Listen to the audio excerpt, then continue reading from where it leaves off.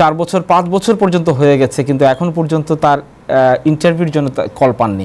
তাকে নির্দেশ দিচ্ছে তুমি দিয়ে দাও, কিন্তু অফিসার বলে না, তুমি তাহলে বলে দাও যে দিয়ে দাও, আমি পারবো না, আমি দিব না। এরকম নিজেদের মধ্যে গন্ডগোল আছে। অনেক কেস আরো উপরে পাঠানো হয়েছে, আরো সিকিউরিটির জন্য পাঠানো হয়েছে, এগুলো হচ্ছে। আপনাকে কেউ চিনে না, আপনি অমুক পার্টি করতেন, এখানে হাজার হাজার লোক ওই পার্টি করে, আপনি এখানেও নাকি কত বড় নেতা, কিন্তু একটা লোক পাওয়া গেল না আপনার জন্য একটা অ্যাফিডেভিট লিখবে যা উনি তাকে চিনেন, ইত্যাদি ইত্যাদি। আপনি একটা আর্টিকেল লিখতে পারেন না, আপনি বলতেছেন আপনি একটা পার্টির ভাইস প্রেসিডেন্ট ছিলেন, সাংগঠনিক সম্পাদক ছিলেন। আপনি একটা গ্রিন কার্ড যদি পান, আপনার পুরো বংশ মিলে এটার বেনিফিট হচ্ছে $20 million. I can do the math for you. আর সেইটার জন্য আপনি কি কাজ করতেছেন? দর্শকদের সবচেয়ে বেশি কৌতূহল যে জায়গায়, আসলে বরাবরই এই প্রশ্নটি কয়েকবারই করা হয়েছে আমার ধারণা, আপনাকে প্রত্যেকটি পর্বেই এই প্রশ্নটি আসে যে অ্যাফার্মেটিভ অ্যাসাইলাম যারা সিক করেন তাদের অনেকেই এরকম আছেন যে অ্যাপ্লিকেশন সাবমিট করার 4 বছর 5 বছর পর্যন্ত হয়ে গেছে, কিন্তু এখন পর্যন্ত তার ইন্টারভিউর জন্য কল পাননি। তারা আসলে কি করবেন? আসলে শুধু 5 বছর না, আমি প্রচুর কেস নিয়ে ডিল করি যারা 2015 সালে 16 সালে অ্যাপ্লাই করেছিলেন। সুতরাং বুঝতেই পারছেন এটা 5 বছরেরও বেশি সময় ধরে তাদের এরকম পেন্ডিং আছে। তো সেই ক্ষেত্রে যেটা হয় যে আমি ওই পত্রতত্র লিখি না, কারণ পত্রতত্র লিখে কোনো কাজ হয় না, আমাকে অনুগ্রহপূর্বক দিয়ে দেন এই সেই এই জাতীয়। হ্যাঁ, আমি ক্লায়েন্টকেই বলি যে আপনারা লিখতে পারেন, কিন্তু আমি অন্তত লিখবো না। এগুলো লিখলেও কিছু টাকা পয়সা পাওয়া যায়, কিন্তু আমি ওটাতে উৎসাহী না। এই জন্য বললাম যে এগুলোতে তেমন কাজ হয় না, এগুলোকে আমি লাভ লেটার বলি।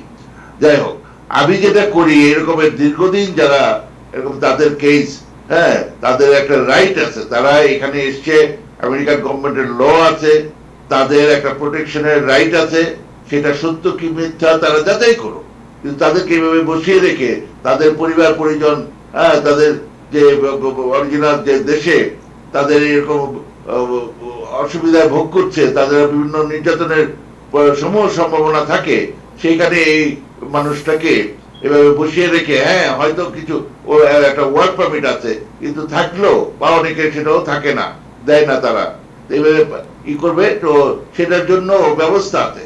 ফেডারেল কোর্টে আমি সু করি, হ্যাঁ, attorney general, FBI director, homeland security secretary, হ্যাঁ, অ্যাসাইলাম অফিসার ডিরেক্টর। মোট কথা হচ্ছে, মানে সোজা কথা হচ্ছে, এখানে সহজ কথায় ছেলে বুঝবে না, আর ভিক্ষা করে এখানে কিছু পাওয়ার জন্য আমরা অ্যাটর্নি হই নাই।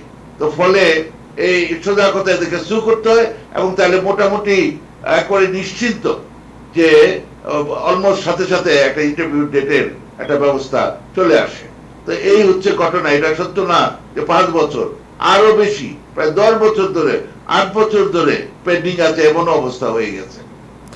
কিন্তু আমার জানা মতে এরকম কেসও আছে যে ইন্টারভিউ দিয়ে দিয়েছেন, কিন্তু সিদ্ধান্তটি এখনো পর্যন্ত 2-3 বছর হয়ে গেছে, সিদ্ধান্তটি জানাচ্ছে না, ইন্টারভিউ কমপ্লিট হয়ে গেছে।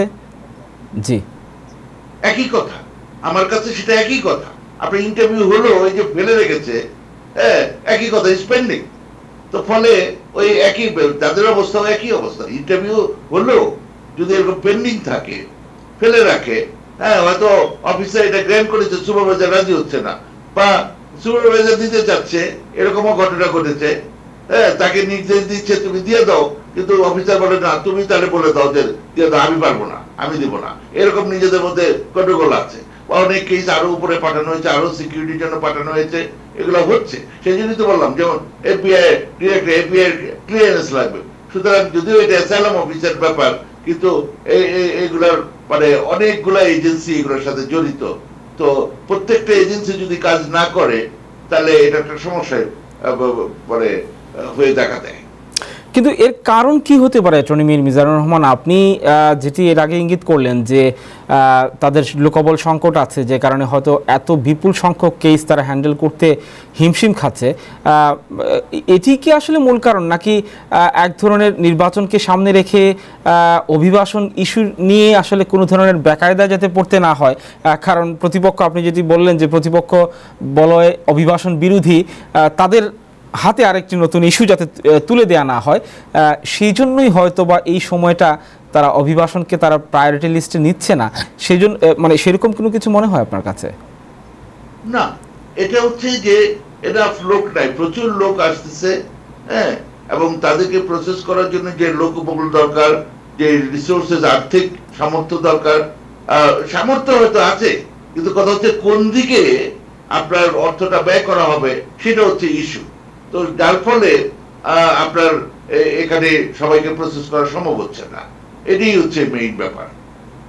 জি, অনেক ধন্যবাদ। আপনি আরেকটি বিষয় নিয়ে কথা বলতে চেয়েছেন শুরুতেই, কিন্তু তার আগে যদি আমাকে একটু সুযোগ দেন। নিশ্চয়ই। এই যে নিউ ইয়র্কে বললেন যে এখানে অধিক মানুষ কি জানি বলে অ্যাপ্রুভড হচ্ছে না, সেখানে আমার আর একটু বক্তব্য আছে, আমাকে যদি একটু সুযোগ প্লিজ প্লিজ। হ্যাঁ, আচ্ছা, সেটা হচ্ছে যে এই যে হচ্ছে না সেটার মানে কারণ খুঁজতে গিয়ে শুধু সরকারের যে দোষ বা সরকারের ব্যর্থতা, রিসোর্সেস নাই, এগুলা চিন্তা করলে হবে না।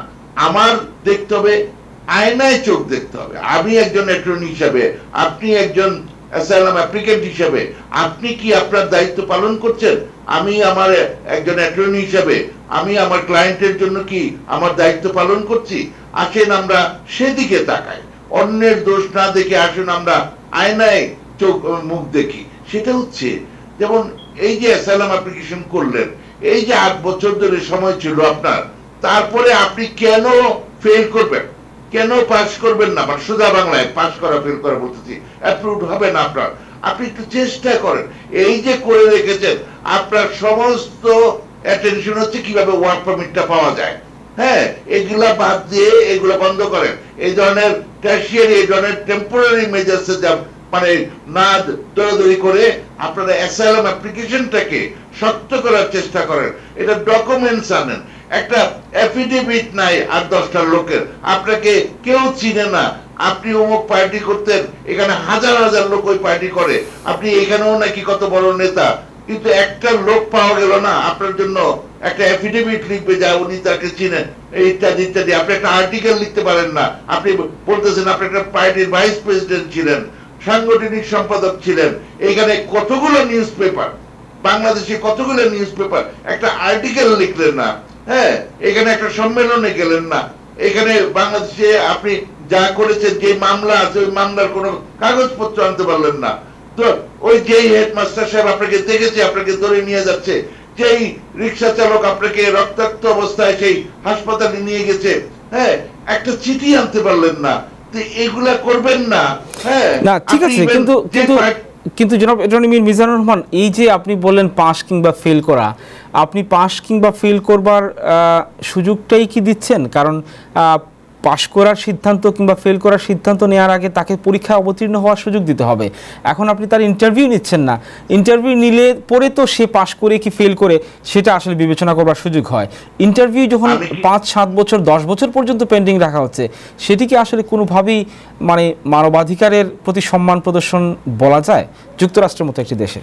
আমি কিন্তু অন্য একটা প্রশ্নের উত্তর দিচ্ছি। আপনি আমাকে বলেছেন পত্রিকান্তরে খবর এসছে, অ্যাকচুয়ালি এসছে নিউ ইয়র্ক টাইমসের রিপোর্ট, যে নিউ ইয়র্কের সবচেয়ে বেশি লোক মানে ফেল করছে, মানে অ্যাপ্রুভড হচ্ছে না। আমি সেটার কথা বলছি, যে এই একটা তো হচ্ছে যে অধিক মানুষ ফলে মানে এখানে রেটও বেশি হবে, কিন্তু কথা হচ্ছে এই যে ফেল করছে, কেন ফেল করছে সেই জন্য আমি বলছি। হ্যাঁ, সেটার উত্তরে আমি এই উত্তরটা দিচ্ছি। এই যে বসে আছে, এই সময়টাকে কাজে লাগান। আপনারা যে এই যে বসে আছেন, হ্যাঁ, দেশে কেউ গেলে স্টিকার পাঠাচ্ছেন, নাইকি পাঠাচ্ছেন, এখানে কাজ করতেছেন, ওয়ার্ক পারমিটের পিছনে ঘুরতেছেন, হ্যাঁ, এখানে পুরি খাচ্ছেন, সিঙ্গারা খাচ্ছেন, কি খুশি, সবই ভালো আছে। কিন্তু আপনার যে আসল যে কাজটা, হ্যাঁ, আপনি একটা গ্রিন কার্ড যদি পান, আপনার পুরো বংশ মিলে এটার বেনিফিট হচ্ছে $20 million. I can do the math for you. আর সেইটার জন্য আপনি কি কাজ করতেছেন?